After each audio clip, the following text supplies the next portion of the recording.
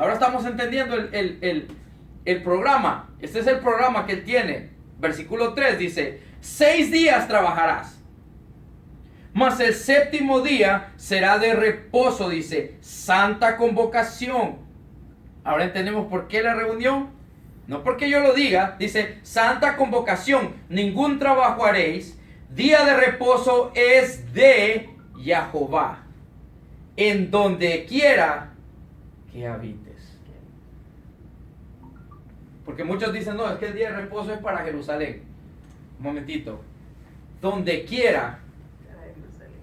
¿Ah? No, que creía que para Jerusalén y es para todo el pueblo. No, pero es que muchas personas lo establecen eso. Establecen que el día de reposo solo es para los judíos, que el día de reposo solo es para Israel, que el día de reposo solo es para Jerusalén. Pero la palabra no está diciendo eso. La palabra está diciendo eso a todo aquel que convoca el nombre de ¿quién? De Jehová.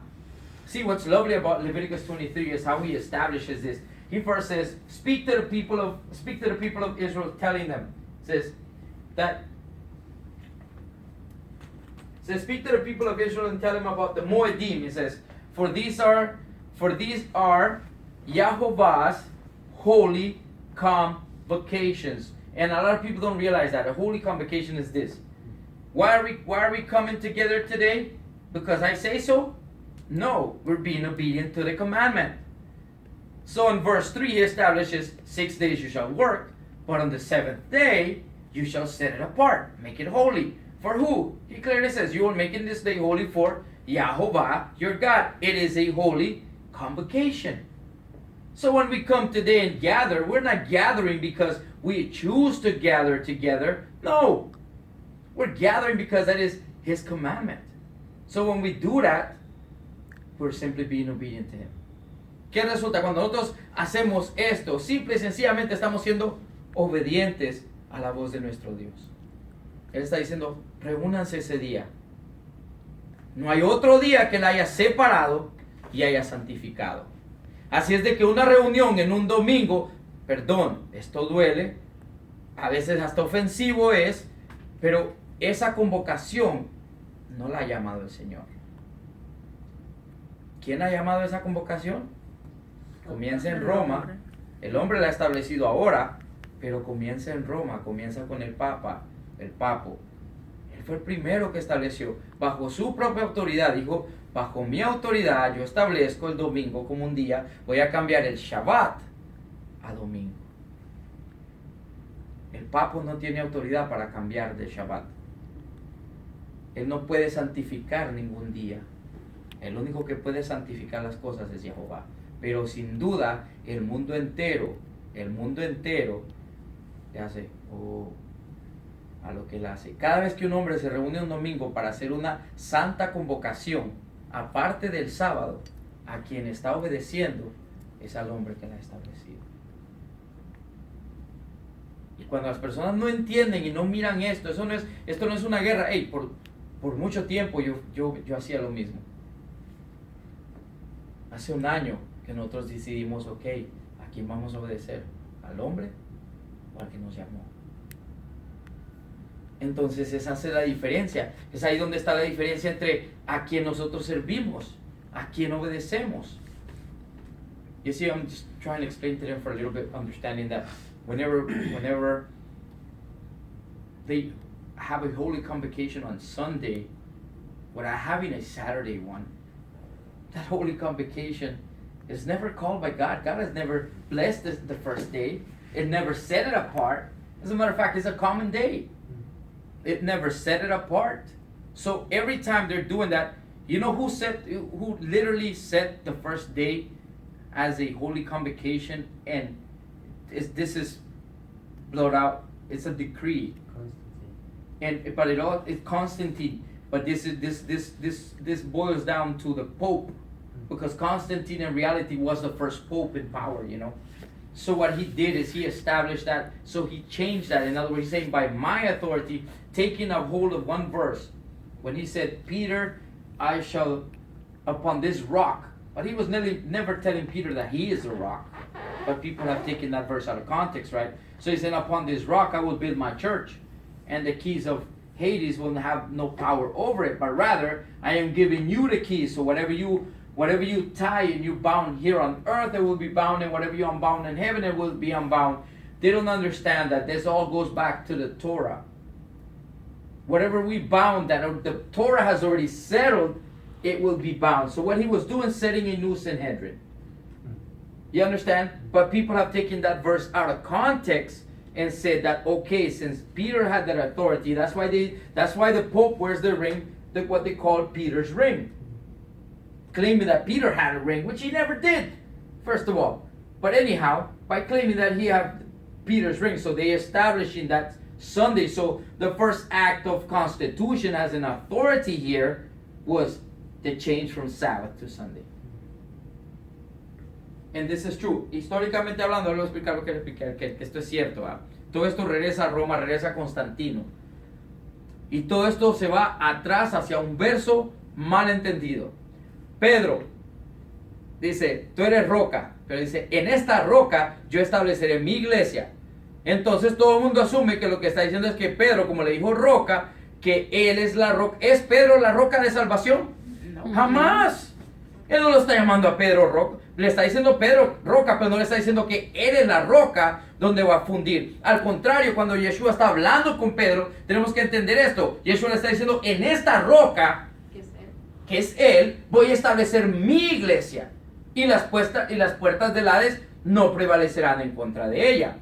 Entonces aquí va lo siguiente, el cual la Iglesia Católica ha tomado y dice, porque dice así, lo que sea que ustedes aten en la tierra, será atado en el cielo, y lo que desaten en la tierra, será desatado en el cielo. Para las personas toman este versículo fuera de contexto y ahora todo el mundo ata y desata. Un momentito, esto regresa, Yeshua no estaba dando como dijo al principio él mismo, yo no vengo a establecer mi propia palabra. Lo que el Padre me ha dicho que diga, eso yo hablo. Entonces eso tiene que estar, ¿en dónde? Tiene que estar aquí. ¿Qué es lo que Yeshua está diciendo? La ley está para atar y desatar. Lo que la ley declara verdad, ellos, lo que Yeshua estaba haciendo era poniéndolos como el nuevo Sanedrín. Y nosotros vamos a mirar que ellos son el nuevo Sanedrín. Más adelante tenemos Hechos capítulo 15, donde una cuestión se toma y necesitan dar una decisión. Entonces, ¿qué hicieron? Se reunieron los apóstoles y dieron una decisión conforme a qué? Voilà, conforme a lo que la Torah dice. Entonces, ¿qué es lo que hizo? Los estableció como un Sanedrín, teniendo autoridad para declarar lo que la palabra ya establece como verdad, no algo nuevo. Entonces, ¿qué sucede? Cuando Constantino el Grande toma poder en Roma, en Jerusalén, se establece y él dice, yo soy el primer arquiobispo, o sea, se convirtió en el primer papo, ¿verdad? El cual ahora usted ve, todo papo tiene un anillo, y ese anillo le llaman el anillo de Pedro. Para empezar, Pedro no usaba ningún anillo, ni le dejó ningún anillo, te doy mi anillo de apostolado, y se lo empezaron a pasar, y entonces, esa es la tradición y la historia que ellos tienen, que tienen el anillo de Pedro, y que Pedro se lo pasa. Esa es una mentira de Satanás, no existe tal cosa. Entonces, ¿qué resulta? Ellos dicen que bajo esa autoridad, el primer decreto que hizo el papo, en Constantino, a través de Constantino, ¿qué hizo? Él declaró el día domingo santificado, quitó el Shabbat, que es la santificación del Shabbat, y santificó el domingo, demostrando su autoridad en esta supuesta iglesia que ahora tiene las llaves del cielo, como Pedro. Por eso usted ve en toda caricatura que Pedro está en el portón, deja ver si te hago el nombre, y Pedro tiene las llaves. Son cosas que no tienen, o sea, esto no es, Pedro no está parado en ningún portón, en el cielo, y no está dejando pasar, ni tiene las llaves para dejar entrar a alguien o no. Pero esta es la ideología detrás de la Iglesia Católica, por el cual ellos supuestamente tienen autoridad para decretar o para quitar. ¿Y qué ha hecho la Iglesia Católica? Ha quitado mandamientos y los ha reinstituido como ellos quieren. Para empezar, si usted lee su Biblia, los 10 mandamientos, y compare los 10 mandamientos a la Iglesia Católica, no son los mismos. El cuarto mandamiento lo quitaron Y el tercer mandamiento lo abolieron completamente. ¿Por qué? Porque el tercer mandamiento dice, no te harás imagen alguna. Y como ellos tienen más imágenes que todo, para adorarlas, tienen un problema con eso. Entonces tienen que removerlo. ¿Ves a lo que estamos? Esta es la batalla que nosotros tenemos. Entonces, si nosotros no comprendemos lo que Dios nos ha establecido como verdad, cualquiera llega y establece su propia verdad. Tal y como lo hizo Constantino. ¿Y quién iba a pelear a Constantino? Puso un decreto. El que no se haga cristiano, oiga bien, hizo toda una nación cristiana de un día, de la noche a la mañana. Sencillo. El judío que no clame ser cristiano, me le dan cuello. Así que es el que es cristiano. You know that Constantine turned the whole nation Christian in the jot of a pen. Whoever didn't want to become a Christian simply died. Ahora continuando. Dice en Levíticos 23, versículo 4. Primero, oigan lo que primero hace Jehová. Versículo 3, establece el Shabbat. Este es el Shabbat semanal. El Shabbat semanal es nuestra obligación reunirnos en una santa convocación a lo que Él establece. Ahora Él va a presentar las fiestas. Ahora dice el versículo 4, dice, estas son las fiestas solemnes de Jehová. Él lo hace así porque Él sabe cómo somos los hombres. Entonces dice, mira, yo me voy a asegurar de explicarles que las fiestas son mías, para que nadie después se va a inventar que está siguiendo tradiciones de alguien. Estas son mis fiestas. Entonces Él lo dice claro. Estas son las fiestas solemnes de Jehová, las convocaciones santas. Dice, a las cuales convocaréis en sus tiempos. Ahorita ya viene una fiesta. Ahorita nosotros vamos a celebrar Yom Teruah. Es la sexta fiesta, la quinta fiesta. Vamos a llegar a Yom Teruah. Vamos a leerlo rápido para entender cuáles son las fiestas. Dice, en el mes primero, a los 14 del mes, entre las 2 tardes, Pascua es de Jehová. Ahora déjenme le explico qué significa entre las 2 tardes. Es confuso cuando uno le hace, ¿ah? Sí. En inglés dice twilight, en inglés no dice 2 tardes. Pero como hay una palabra en español para establecer 2 tardes, la palabra twilight significa 2 tardes, o sea, entre el atardecer. ¿Por qué? Porque para Jehová, para nuestro Dios, al caer el sol, literalmente está amaneciendo. Es un nuevo día.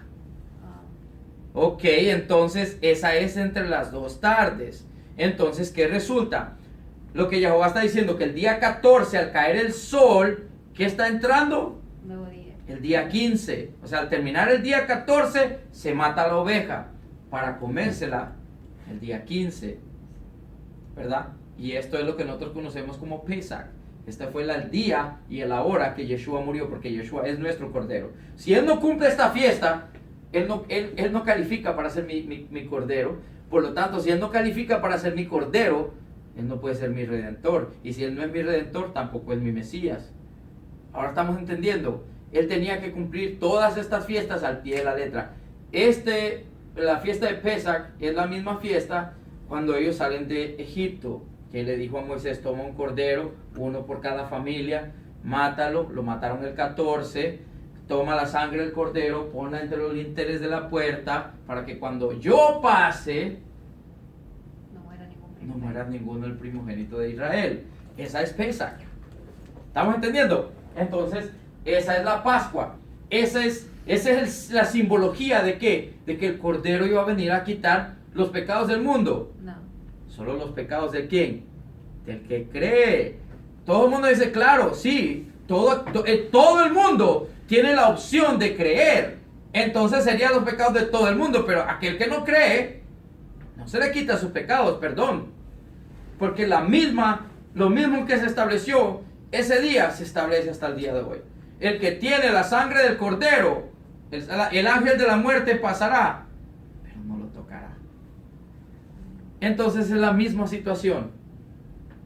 You see, the funny thing is, like I said, a lot of people say, well, did Jesus die for the whole world? No. He died for those who believe. Not for the whole world. It's for those who believe. Now the whole world has the opportunity to believe. Then the whole world will become saved. But his ideas, the true heart of God is this. He wants everyone to believe and accept it. Then they will be saved. But you know, people are people. Not everybody's going to accept that. Matter of fact, people are going to reject what we're saying right now. They're going to be like, what Pesach? What are you talking about? There isn't such a thing as that. We have Easter, which by the way, may the Lord rebuke that. We're not even supposed to be calling out those names, you know. ¿Qué resulta? El Pesach de Dios no es Semana Santa que establece Constantino. El Pesach no es Semana Santa. Quiero que entendamos eso claro.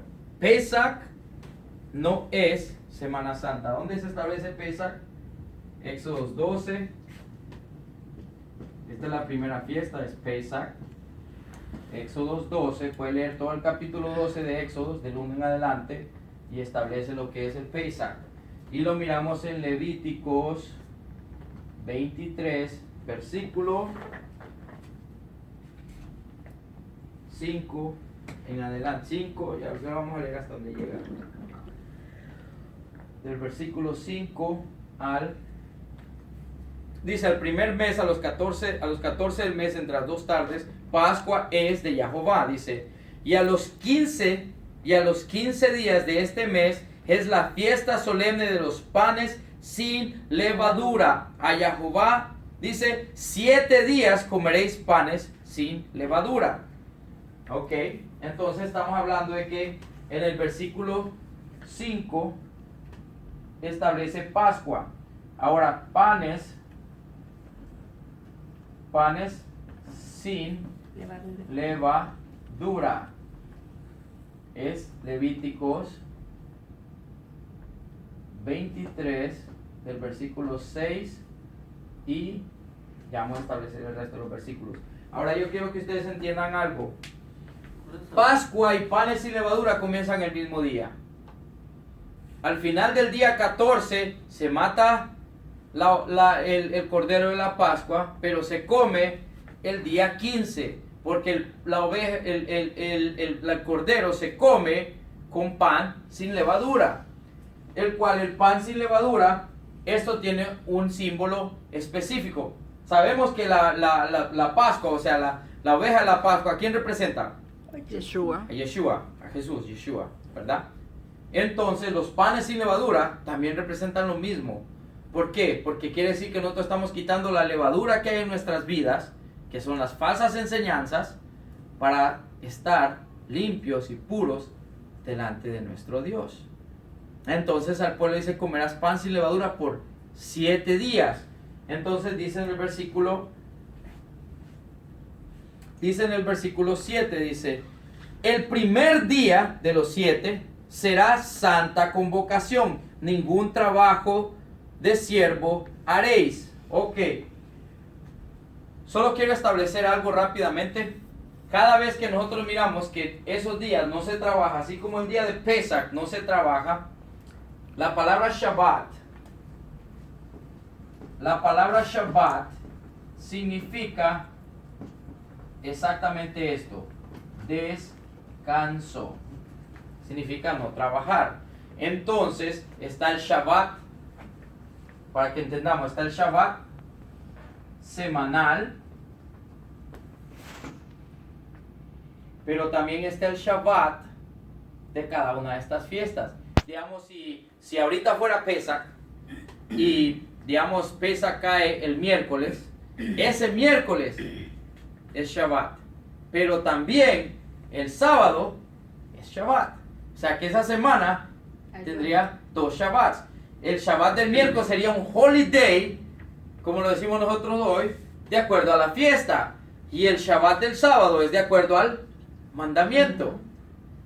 Para que entendamos y sepamos cómo funciona. Y ahora vamos a entender por qué, cuando lleguemos a tener, tal vez ahorita no, en otra clase, cómo cumple todo esto Yeshua y qué es lo que sucede el día que Él muere. Entonces, ¿qué resulta? Entonces dice, el primer día, santa convocación, ningún trabajo haréis de siervos. Entonces, el primer día de panes sin levadura sin importar qué día caiga, ¿qué es? Shabbat. Es un Shabbat. ¿Ok? Dice, y ofreceréis a Jehová 7 días ofrendas encendidas. El séptimo día será santa convocación. Ningún trabajo tendrás. Entonces, ¿qué resulta? Tenemos el primer día.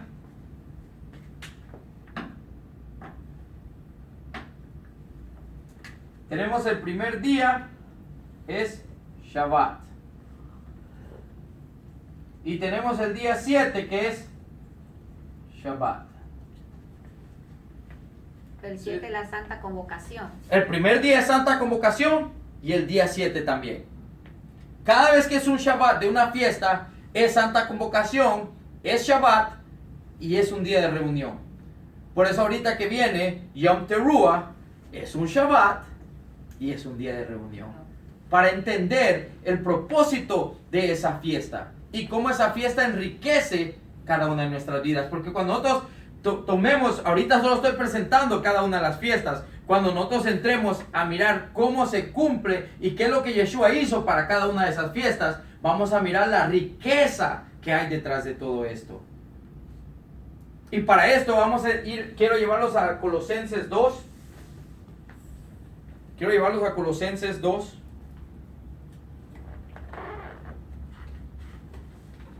Porque todo el mundo lee esto, pero nunca le toman el tiempo para poder absorber lo que se está diciendo. En Colosenses 2, capítulos, versículo 16 y 17, dice aquí Pablo, dice, por tanto, dice, nadie os juzgue en comida o en bebida, dice, o en cuanto a días de fiesta, luna nueva o día de reposo, dice, todo lo cual es sombra de lo que ha de ¿qué? Venir, pero el cuerpo es el Mesías. Ok, ya lo voy a decir porque este versículo ha sido transversado y ha sido dado un entendimiento completamente diferente a lo que Pablo establece. ¿Por qué se le da un entendimiento diferente? Porque las personas no comprenden a quién Pablo le estaba hablando. Pablo estaba hablando aquí con un grupo no de judíos, está hablando con un grupo de gentiles que estaban entrando a la fe.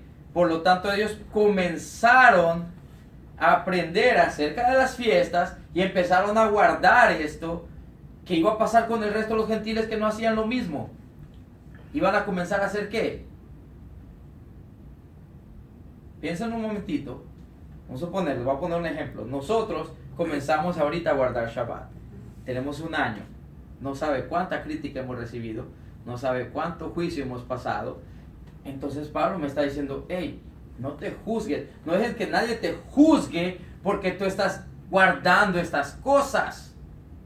Pero el pueblo lo ha enseñado de una manera diferente. Que nadie te juzgue porque no lo guardas. No, eso no es lo que Pablo estaba enseñando. Pablo estaría enseñando en contra de lo que Dios enseña. Pablo estaría diciendo que Jehová dice que esa es una santa convocación y Pablo estaría diciendo, no lo es. No lo es. Contradiciendo. Hello.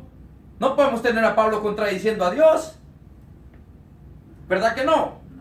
See, we're trying to bring here Colossians chapter 2. I'm trying to persuade him to understand how Paul, when he writes Colossians chapter 2, specifically verse 16 and 17, he says, don't let anybody judge you on a new moon, on the Shabbat, or a feast, because all these are shadows of things to come, but the truth is in the Messiah. But the church treats that as, don't let anybody judge you that you don't do that. Well, Paul is saying, and what I'm trying to convey to them is you have to understand who the audience was that Paul was speaking to. These were new converts. So obviously as they came into understanding of God's feast and they were trying to keep it, the other guys who didn't were judging them based on the fact that they were starting to do these things. Why? Because they were Gentiles who never did. So Paul is really telling them, hey, don't let anybody judge you because you're keeping these things. As a matter of fact, these things are a shadow of things to come, which people don't see that. Paul is saying that's a shadow of things to come. Remember, the Messiah fulfilled 4 feasts. There are 3 feasts that he still has to fulfill when he returns. So obviously he hasn't fulfilled them all. So Paul is saying these are shadow of things that will come. right? And at the end of the day, what you have is a lot of people misperturbing Paul. Now what I'm conveying to them is understand this. Yahovah is saying we have to obey this. Do you think Paul is going to sit on another table and say we don't? That's ludicrous. They've been persecuted for it in front of the Sanhedrin, in front of Titus, in front of Caesar, in front of everyone. For being obedient to it. Yeah. Which is a lot of people don't understand that. You know, but anyhow, I was just trying to convey that to them. Si entendemos lo que está pasando, ¿va? Entonces, ¿qué resulta? Esto para nosotros es importante comprenderlo porque Yahová quiere que nosotros seamos obedientes y aceptemos lo que Él nos presenta como verdad. Pablo Pablo fue puesto en juicio porque fue mal juzgado, porque él fue falsamente acusado. Oiga bien, desde el momento en que hay una falsa acusación, ¿qué quiere decir? Que la acusación no es ¿qué? No es verdadera. Entonces dice que a él se le acusaba de enseñar en contra de la ley de Dios y de enseñar en contra del santo templo. Entonces, si es una falsa acusación, ¿qué es lo que se está diciendo? Que él nunca enseñó en contra de la ley de Dios y que él nunca enseñó en contra del templo. Él nunca enseñó en contra de lo de Yahová. Y es más, todo el capítulo 21, 22, 23, 24 y 25, Pablo está en juicio y Pablo está dando testimonio que no solamente él se apega, sino que él enseña a que los demás se apeguen a lo que la ley de Dios establece. Y por eso Pablo aquí en Colosenses, hablándole a los gentiles, dice, hey, que nadie los vaya a juzgar a ustedes. Yo quiero que ustedes entiendan esto y pongamos esto. Los judíos, específicamente los judíos que no tenían el amor, porque no solo eran los judíos, no todos, pero habían unos que eran de un grupo conocido como el grupo de Shema. Estos no se juntaban con los gentiles. Para ellos, Pedro era uno de esos. Por eso Pedro, cuando está hablando con el centurión, le dice, ¿sabías tú que para nosotros judíos, especialmente hablando Pedro, dice, no es lícito que nosotros estemos con ustedes los gentiles? Es cuando recibe la visión. Ok, ¿qué resulta? No hay ninguna parte en la palabra donde diga que ningún judío se debe mezclar con ningún gentil. Entonces, ¿de dónde sacaba esta idea Pedro? Viene de la idea de Shema. Pablo no era de la misma casa de Shema, Pablo era de la casa de Hillel. Entonces, ¿qué resulta? Habían judíos que cuando miraban a gentiles entrar y que estaban buscando obedecer lo que Yahová establece, no se sentían a gusto. Como, ¿y ustedes por qué están queriendo hacer esto? ¿Quién les dijo a ustedes que ustedes tienen que hacer esto? ¿Y por qué? Ustedes no tienen que guardar. ¿Están entendiendo lo que está pasando? Están cuestionando. Entonces Pablo está diciendo, hey, Pablo está dando una carta de apoyo. Es más, en esa carta él está estableciendo que nosotros ahora en el Mesías, los dos hombres ahora son ¿qué? Un solo. Ahora está entendiendo cómo está el proceso de Pablo. Eso es lo que mucha gente no comprende, que es lo que Pablo está enseñando. Pero si nosotros tenemos el tiempo para buscar y escudriñar, vamos a tener un mejor entendimiento de la palabra. Porque yo les voy a decir algo ahorita. De Génesis a Apocalipsis no hay ninguna contradicción bíblica.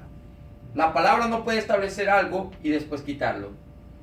Yeah, I just wanted to say, from the time Paul was converted, well, not converted, but from the time that Paul changed, as you can say, the people try to persecute him constantly and are trying to find him guilty of breaking the Torah. And every single time he went in front of one of the Roman persecutors, when the Jewish councils took him there, he stood there. In his defense, he says, I've done nothing against the law, nothing against the Romans. That's why they could not persecute him, because he had not broken any law. So the people that say that Paul was a person teaching against the law, if that was the case, his first trial he would have stood, he would have been persecuted. He would have been, exactly. And they couldn't persecute him for anything, because he even says, I have not broken any of your law, I uplift your law, I actually teach your law, and I'm a master in your law. Exactly. That's why he says, I'm a Hebrew of Hebrews, I'm a Jew of Jews, I'm a Pharisee of Pharisees. Yeah. So we have to understand, that's exactly what I'm conveying, that's what I just conveyed to them. And you have from chapter 21 all the way to 25, that whole teaching of him going and presenting the truth. You see, so that's the whole case, that's the whole idea. Lo mismo que estaba diciendo, a pesar de que no está hablando todo el español, él está entendiendo, y él presenta como Pablo fue acusado, y cada vez que Pablo se paró, él dijo, yo nunca he hablado en contra de la, al contrario, enseño, creo la ley, enseño la ley, es más, soy maestro de la ley, no del área de ustedes, más arriba, porque Pablo no era cualquier cosa. Pablo lo dice claro, yo soy fariseo. Oiga, muchas personas no entienden esto. Él no dijo yo era, él dijo yo soy fariseo de fariseos. Nunca dejó de ser fariseo. Y hay personas que dicen, no, pero es que Pablo se convirtió. No, él dejó de perseguir a los que creían en el Mesías. ¿Por qué? Porque él mismo comenzó a creer en el Mesías. Pero él nunca se convirtió en un cristiano, como muchos proclaman, porque esa es una mentira. Él no necesitaba convertirse. Si el mensaje era para ellos, lo que él entendió fue, este es mi Mesías, he estado persiguiendo a la gente equivocada. Entonces Pablo dice, yo soy fariseo de fariseos, de la más estricta manera he sido enseñado, dice. En otras palabras dice, yo sobrepaso a cada uno de ustedes en cuanto a esta enseñanza que ustedes me acusan que yo estoy enseñando en contra. Y esa es la cosa que nosotros hoy en día no entendemos, que la gente toma las cartas de Pablo para enseñar un montón de cosas que no son las cosas que Pablo enseña. Porque Pablo no puede ir en contra de las enseñanzas que Dios establece. Entonces, continuando, los panes sin levadura, el día primero es Santa Convocación, es Shabbat. El día séptimo que termina los panes sin levadura es Santa Convocación, es Shabbat. El día primero es Santa Convocación de panes sin levadura, pero también es Pesach, también es Pascua. Ese mismo día es la Pascua. El primer día de panes sin levadura es Pascua. Y el último día es el final de panes sin levadura. Es más, la Pascua termina con Shavuot. Pero a todos se les ha enseñado que la Pascua solo es un día. No.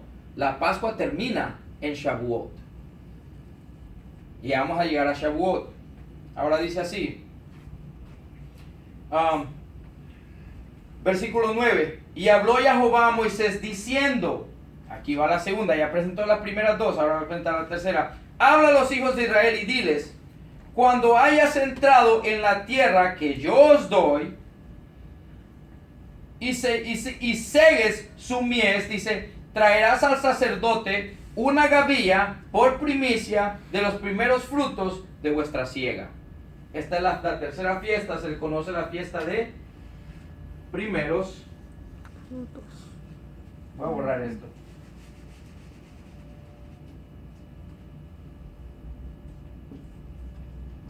Primeros